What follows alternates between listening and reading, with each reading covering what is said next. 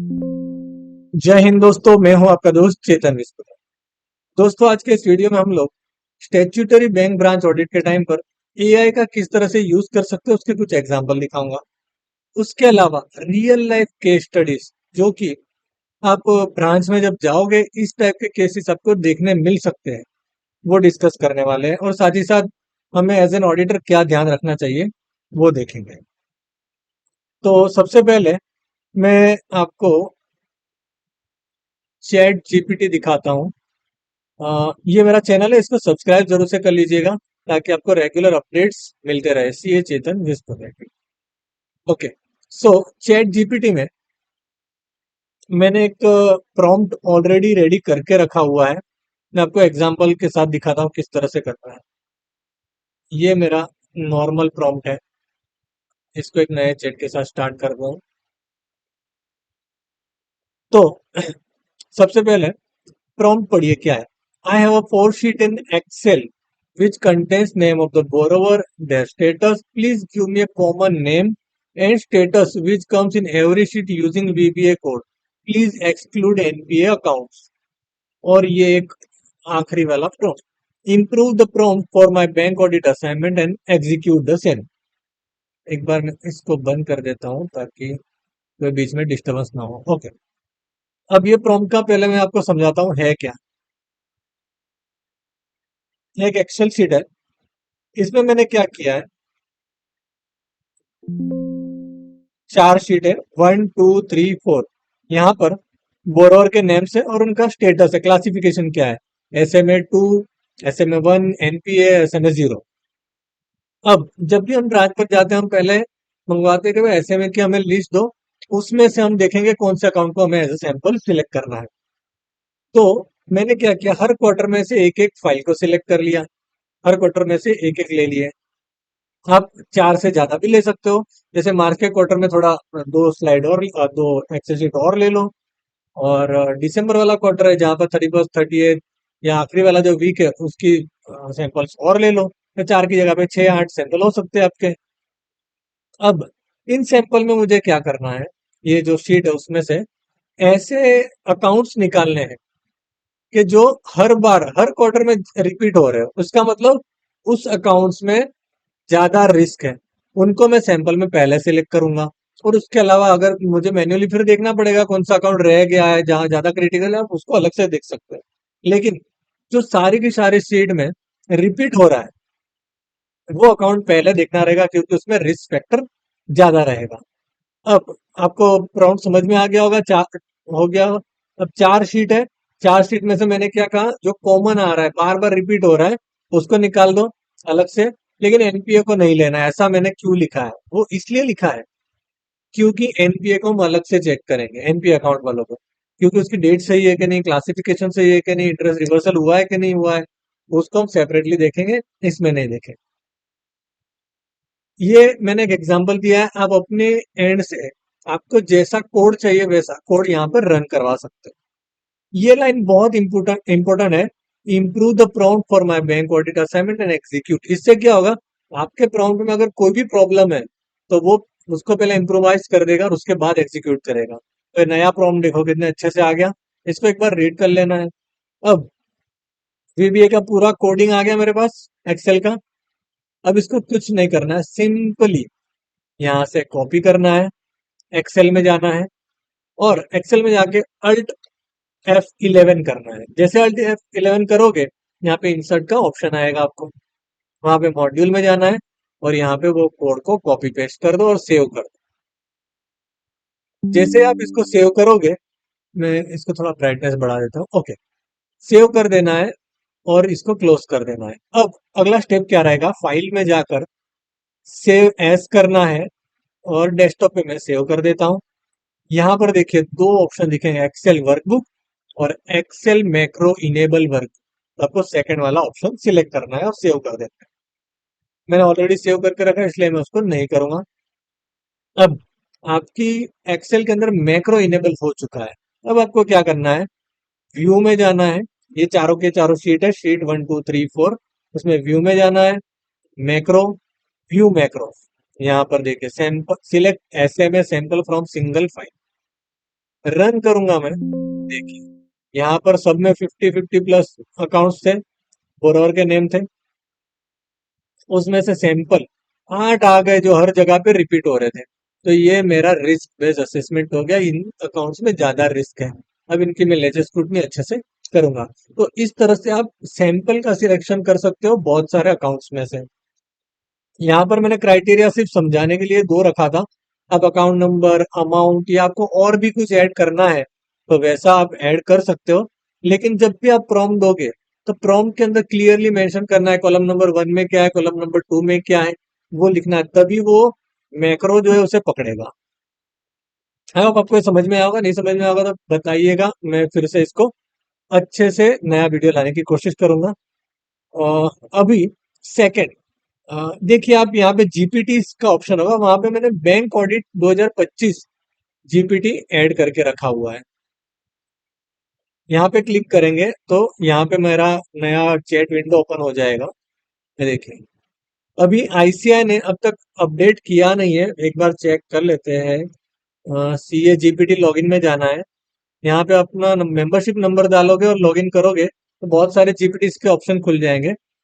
और जो आपको जीपीटी चाहिए, जैसे बैंक ऑडिट का जीपीटी चाहिए, वहां पे क्लिक करिए और सीधा एक ऐसी विंडो ओपन हो जाएगी। यहाँ पर जैसे ही विंडो ओपन होगी आपको एक यहाँ से कीप इन इनसाइड बार ऐसा कर देना है तो यहाँ पे आ जाएगा। देखिए अब मेरा यहाँ आ गया। ये 2025 का है, होपफुली इंस्टीट्यूट बहुत जल्दी से अपडेट कर देगी।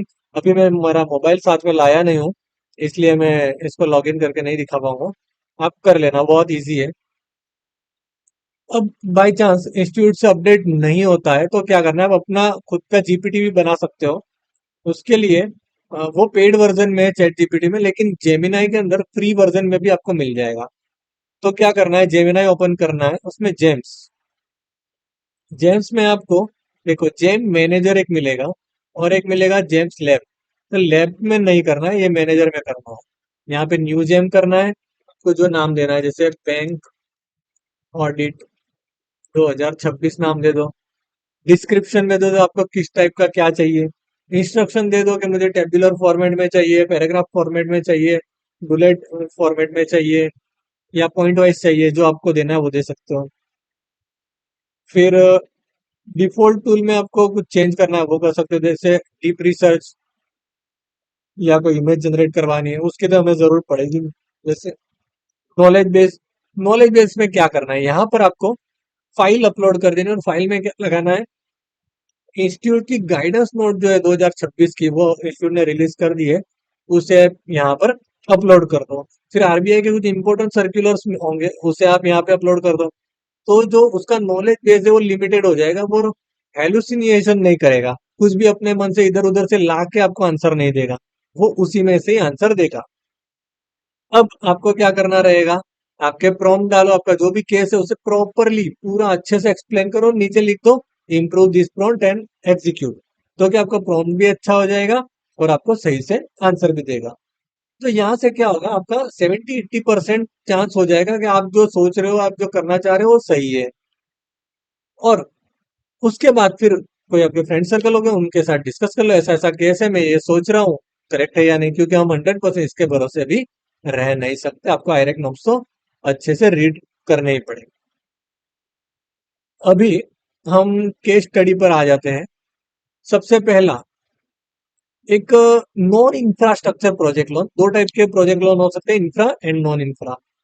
अब एक छोटा सा केस देखते हैं।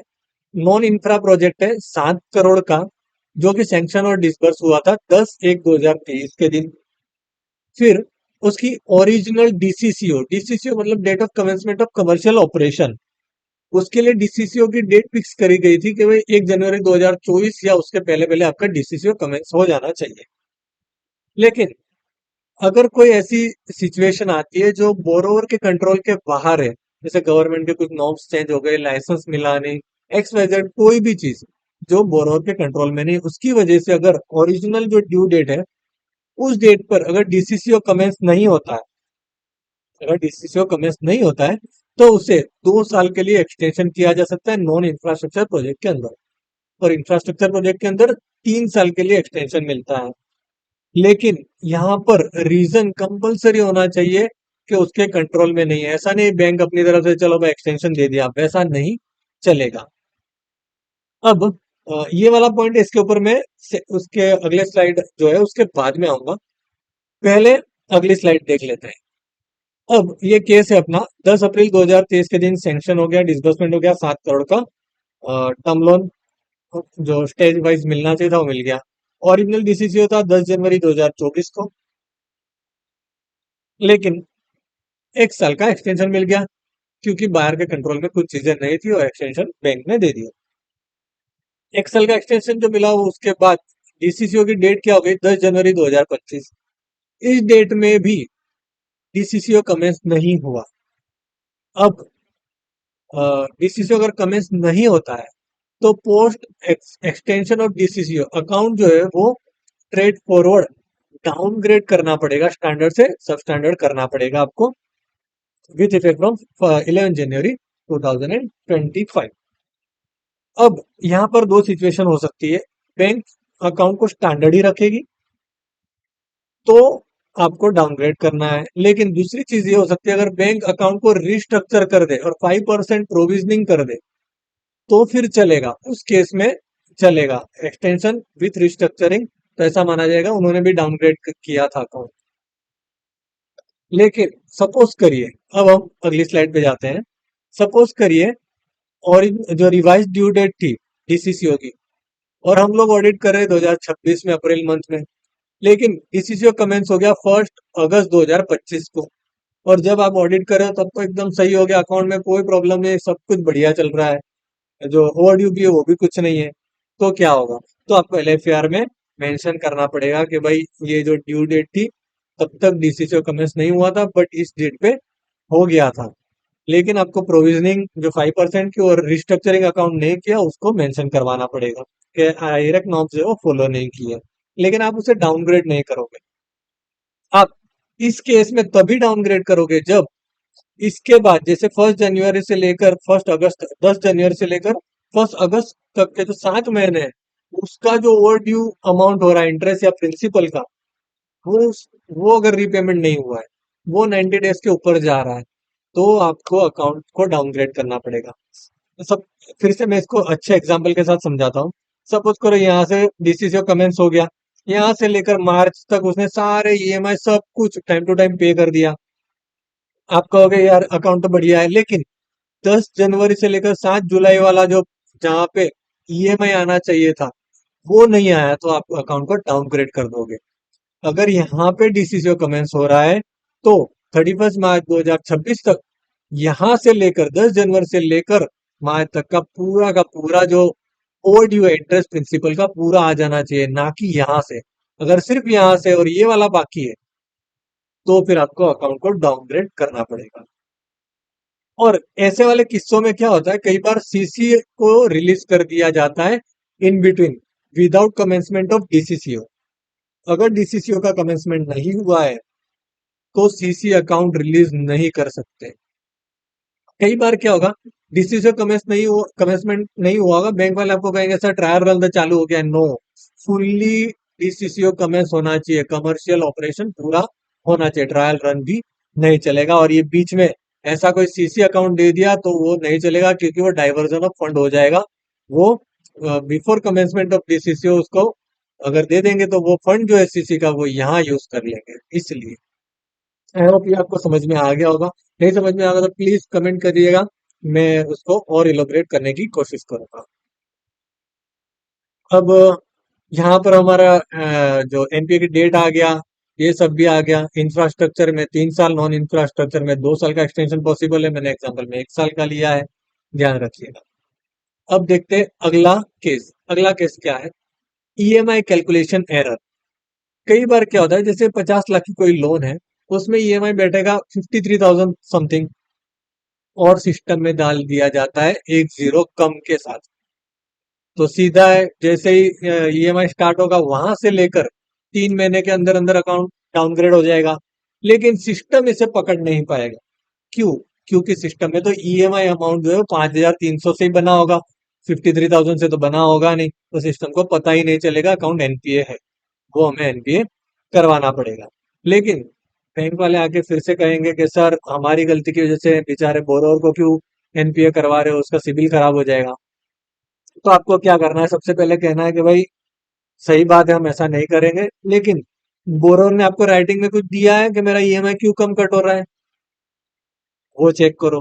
फिर दूसरा ये देखना है कि भाई भले ही चलो वो राइटिंग में देने नहीं आया हो, क्या उसके अकाउंट में, सेविंग अकाउंट में जहां से ईएमआई आने वाला है, उस अकाउंट में उसने 3-4 महीने का उतना बैलेंस जितना ईएमआई एक्चुअल होना चाहिए था, जो सैंक्शन में उसे दिया था, उतना उसने बैलेंस मेंटेन किया है कि नहीं किया है। जैसे यहाँ पे 50,000 का अगर ईएमआई है, तो 3 महीने के हिसाब से सेविंग अकाउंट में 1.5 लाख पड़े कि नहीं पड़े, उसे इतना पता होना चाहिए। भले ही कुछ एरर की वजह से कम डिडक्ट हो रहा है, लेकिन बैंक आने वाले समय में पूरा डिडक्ट कर लेगी। तो उतना पेमेंट उसने किया है कि नहीं किया। अगर मैं ऑडिटर हूँ तो मैं ये पहले चेक करूंगा कि बोरोवर का इंटेंशन भी क्या है, क्योंकि यहाँ पर तो चलो ईएमआई का एरर है।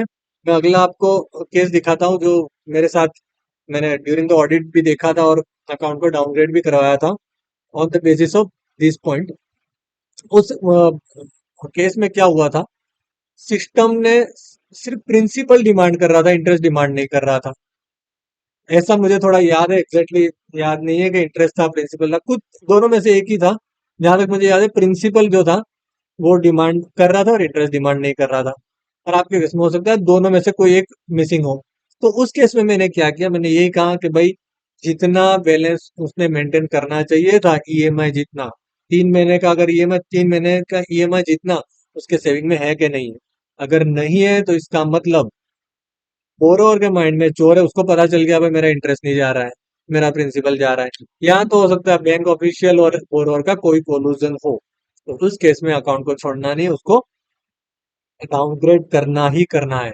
यहाँ से मुझे और एक बात याद आई, आप जितनी भी बैंकों की ऑडिट पॉलिसी निकाल के पढ़ लो, हर एक बैंक की वेबसाइट पे ऑडिट पॉलिसी पड़ी हुई है, पॉलिसीज के अंदर आप डाउनलोड करना।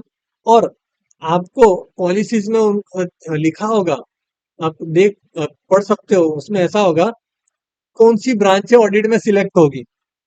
तो वैसी ब्रांच ऑडिट में सिलेक्ट होगी जिसमें 5 साल से ऑडिट नहीं हुआ है, जहाँ पे कोई रिस्क एरिया हो, फ्रॉड हुआ हो, जहाँ पर इंटरनल या जोनल वाले ने ऑडिट किया हो, आरबीआई ने ऑडिट किया हो, या कंकरेंट ऑडिटर हो जिन्होंने कोई भी नेगेटिव कमेंट्स डाले, वही ब्रांचेस ऑडिट में ज्यादातर सिलेक्ट होने वाली है। तो वैसी ब्रांच अगर ऑडिट में सिलेक्ट होने वाली है, तो समझ लो 90% ब्रांचेस में एमओसी जाएगी जाएगी जाएगी, और जानी ही चाहिए। अगर आप एमओसी नहीं देते हो तो वो दिन दूर नहीं है कि ब्रांच ऑडिट पूरी तरह से खत्म हो जाएगा। अगर आप चाहते हो कि ब्रांच ऑडिट जल्दी खत्म ना हो, तो आपको हर एक ब्रांच में कुछ भी हो जाए, एमओसी तो देना ही देना है। मैं 90% इसलिए बोल रहा हूँ, 10% ब्रांच में हो सकता है ना भी आए, क्योंकि कुछ ब्रांचेस नई नई ओपन हुई होती है, उसको भी ऑडिट में ले लेते हैं। या तो कई बार पूरा रिटेल लोन का ब्रांच होता है, और वहां पर आपको कोई ज्यादा इश्यू मिलता नहीं है डाउनग्रेडिंग के लिए। हो सकता है वहां पे रेवेन्यू लीकेज थोड़ा बहुत मिल जाए, तो और वो आपकी जो लिमिट है 50,000 या 1 लाख बैंक के अकॉर्डिंग, उसके अंदर फॉल ना हो रहा हो, तो 10% ब्रांच में आप समझ लो कि नहीं होगा, बट 90% ब्रांचेस में मिलेगी ही मिलेगी। अब तक मैंने जितनी भी ब्रांचेस का ऑडिट किया है, एमओसी हमने दिया है। और पहले दिन तो नहीं, बट दूसरे दिन आराम से एमओसी मिल जाता है। सो जितने ब्रांच ऑडिटर्स है, प्लीज एमओसी दीजिएगा। कोई भी जोनल से आए, रीजनल से आए, कोई भी आ जाए, एजीएम डीजीएम कोई भी आ जाए, आपको एमओसी छोड़ना नहीं है। अगर एमओसी छोड़ते हो तो ब्रांच ऑडिट जल्दी ही खत्म हो जाएगा। अभी अगला केस, मोराटोरियम। सपोज करो कोई लोन है 2022 में दी थी, और उसको 1 साल का मोराटोरियम दिया गया है, लेकिन 1 साल के बाद ब्रांच भूल जाती है उसको मोराटोरियम में से हटाना। ऐसा केस हुआ है हमारे साथ भी, देखा है हमने। सो यहाँ पर सीधा स्ट्रेट फॉरवर्ड है, जैसे मोराटोरियम खत्म होगा, ईएमआई ड्यू हो रहा है, वहां से 90 डेज के अंदर अकाउंट को डाउनग्रेड कर देना। ये आपको मिल सकते हैं ऐसे केसेस। अब आप कहोगे कि ये केसेस हमें सैंपल में कैसे मिलेंगे, तो आप जोनल का इंस्पेक्शन रिपोर्ट देख लो, आरबीआई का अगर होगा अवेलेबल तो वो देख लो, कंकरेंट ऑडिटर का रिपोर्ट होगा वो देख लो, या तो फिर जो एसएमए का मैंने अभी सैंपल स्टार्टिंग में दिखाया वो देखो। कहीं ना कहीं उस टाइप के अकाउंट आपको यहीं से मिल जाएंगे। अब अगला, छोटे छोटे अकाउंट जैसे प्रायोरिटी सेक्टर की लैंडिंग होती है, जो छोटे स्ट्रीट वेंडर हो गए, 10-10 हजार, 20-20 हजार की लोन हो गई, ऐसे चीज सेल्फ हेल्प ग्रुप, ऐसे सारे जो अकाउंट होते हैं। फिर आपके एग्रीकल्चर अकाउंट होते हैं जो छोटे छोटे 5 लाख से ज्यादा नीचे वाली अमाउंट होती है। जनरली ऑडिटर्स क्या करते हैं, छोटा अमाउंट है मेरा एडवांसेस का, परसेंटेज काउंट नहीं होगा तो उसको सैंपल में लेते नहीं। बट ऐसा बिल्कुल भी नहीं करना है आपको। हर जो क्लासिफिकेशन है उसमें से आपको कुछ अकाउंट सैंपल के लिए जरूर ले लेने हैं। हमारे एक ऑडिट में ऐसा ही हुआ था। एसएचजी हेल्प ग्रुप, जो स्मॉल हेल्प ग्रुप जो है, वो वाले अकाउंट्स में क्या हुआ, मैंने एक दो सैंपल के लिए उठाए, देखा अरे इसमें तो विंडो ड्रेसिंग चल रही है कई सालों से। ऐसे सारे अकाउंट्स में क्या होता है, बोरोवर जो है ना बहुत ज्यादा ट्रांजेक्शन करते नहीं है, क्योंकि गवर्नमेंट की स्कीम चल रही होती है, उनको अकाउंट खोल लेना होता है, उसका फायदा उठाते हैं।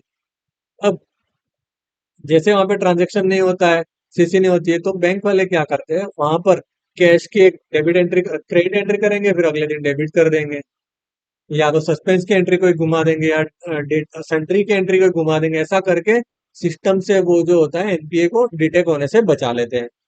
उस केस में इफेक्ट आपका कहाँ जाता है, पहले तो अकाउंट डाउनग्रेड होना चाहिए। दूसरा, आप ये से ऐसे सब जो अकाउंट्स होते हैं उसमें से आपको इंटरेस्ट सबवेंशन का क्लेम करती है बैंक, तो आपको सर्टिफिकेट भी बैंक लिखवाती है कि भाई ये इतना इंटरेस्ट सबवेंशन है।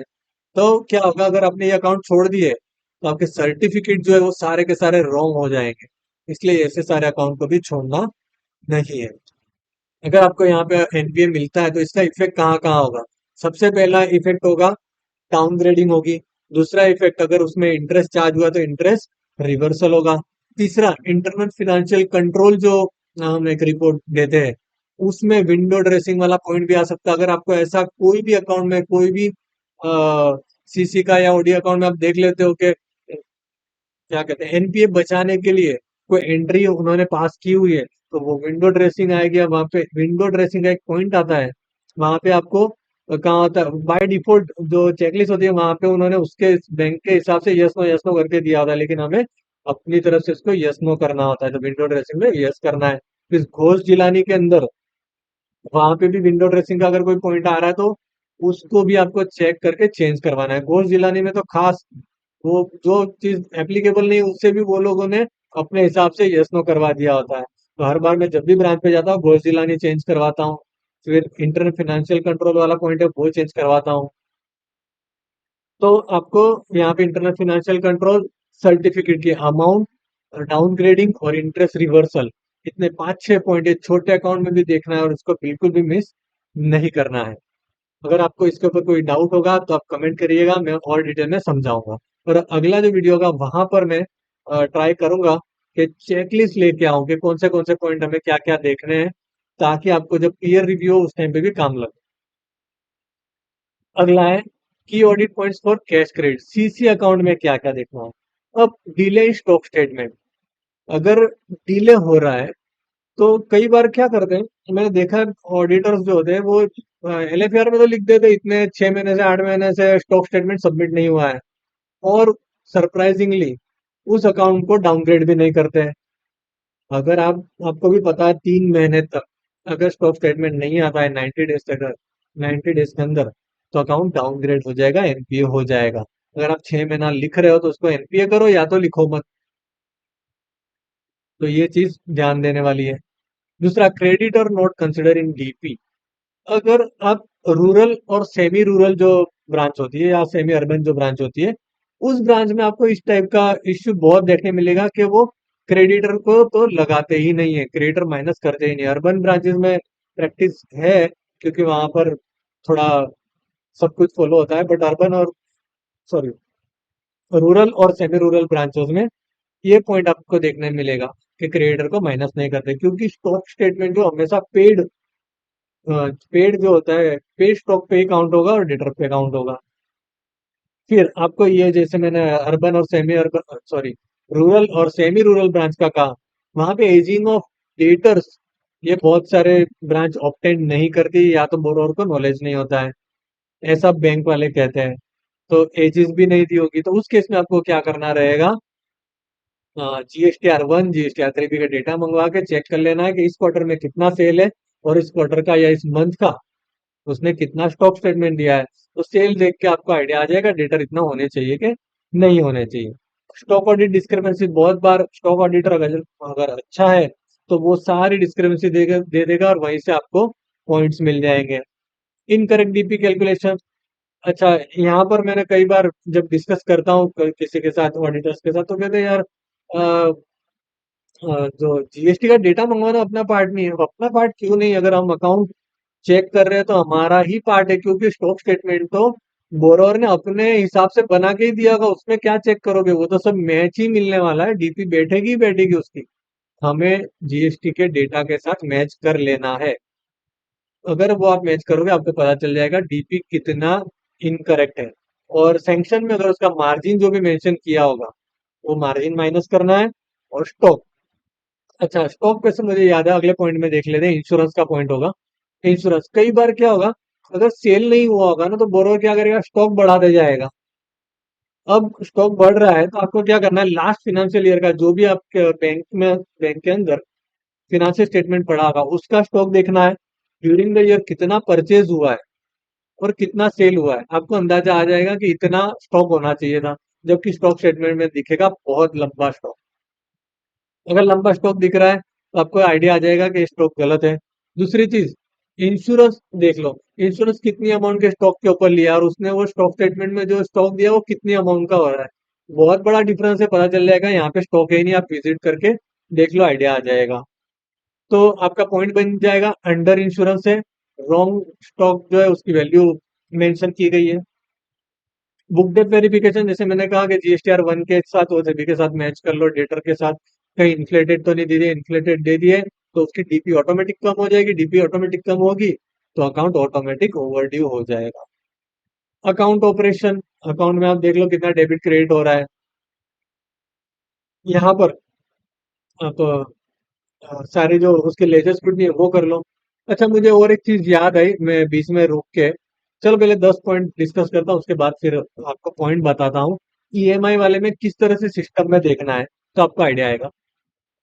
अकाउंट ऑपरेशन, टर्नओवर और सीसी का यूटिलाइजेशन देख लो, और सीसी में कितना टर्नओवर हो रहा है, कहीं डाइवर्जन ऑफ फंड तो नहीं हो रहा है वो देख लो। फाइनेंशियल स्टेटमेंट देख लो, और and use of the fund, यानी कि डाइवर्जन तो नहीं कर रहे। अभी शेयर मार्केट में सब लॉस भी बहुत कर रहे हैं, तो कहीं शेयर मार्केट में पैसा डाइवर्ट तो नहीं हो रहा है, जैसे सीसी में से सेविंग में गया, सेविंग में से शेयर मार्केट में कोई डीमेट अकाउंट में चला गया। अभी एक एक पॉइंट में आपको अच्छे से, मुझे बीच में याद आ गया तो बता देता हूँ। कई लोग यहाँ पूछेंगे कि आपको कैसे पता चल रहा है कि सिर्फ यहाँ पर प्रिंसिपल डिमांड हो रहा है, इंटरेस्ट डिमांड नहीं हो रहा है, या सिर्फ इंटरेस्ट डिमांड हो रहा है, प्रिंसिपल डिमांड नहीं हो रहा है। तो फिनेकल के अंदर एक पॉइंट है, पॉइंट नहीं सॉरी, कमांड है। मैं आपको बता देता हूँ उस कमांड का नाम। पेन ले लेता हूँ मैं पहले। HLOHLA,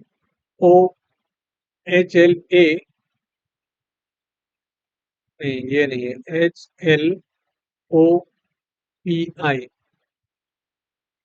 HLAOPI, यहाँ पे ये आएगा, सॉरी, HLAOPI। ये कमांड करोगे तो आपको पूरा उसमें अकाउंट के नंबर का आपको स्टार्ट और एंड देना रहेगा, फाइनेंशियल ईयर का एंड देना रहेगा। तो आपको रिपोर्ट जनरेट हो जाएगा, प्रिंसिपल में कितना आ रहा है और इंटरेस्ट में कितना अमाउंट आ रहा है, और दोनों में से डिमांड होके कितना बोरोवर दे रहा है। उसके अलावा और एक कमांड है, एच लारा, एच लारा, ये यहाँ पर भी आपको पता चल जाएगा प्रिंसिपल में से कितना अमाउंट जमा हो रहा है और इंटरेस्ट में कितना अमाउंट जमा हो रहा है। हो सकता है ये आपके ऑडिटर के लॉगिन में ना चले, आपको मैनेजर के लॉगिन में से करना पड़ेगा। H Lara, HLAOPI, HLAOPI, H Lara. तो वहां से आप देख सकते हो कि प्रिंसिपल कितना आ रहा है, इंटरेस्ट कितना आ रहा है। सो अगला, स्टॉक स्टेटमेंट हमने डिस्कस कर लिया। अच्छा, तो ये अब तक के मेरे जो पॉइंट्स थे वो, अगर वीडियो अच्छा लगा तो प्लीज लाइक शेयर और सब्सक्राइब जरूर से कीजिएगा। और अगर आपको और कोई पॉइंट के ऊपर डिस्कशन चाहिए तो बताइएगा, मैं उसके ऊपर वीडियो बनाने की कोशिश करूंगा। थैंक यू फॉर वॉचिंग, मिलते हैं अगले वीडियो में। जय हिंद, जय Bharat. Appreciate for your time and attention.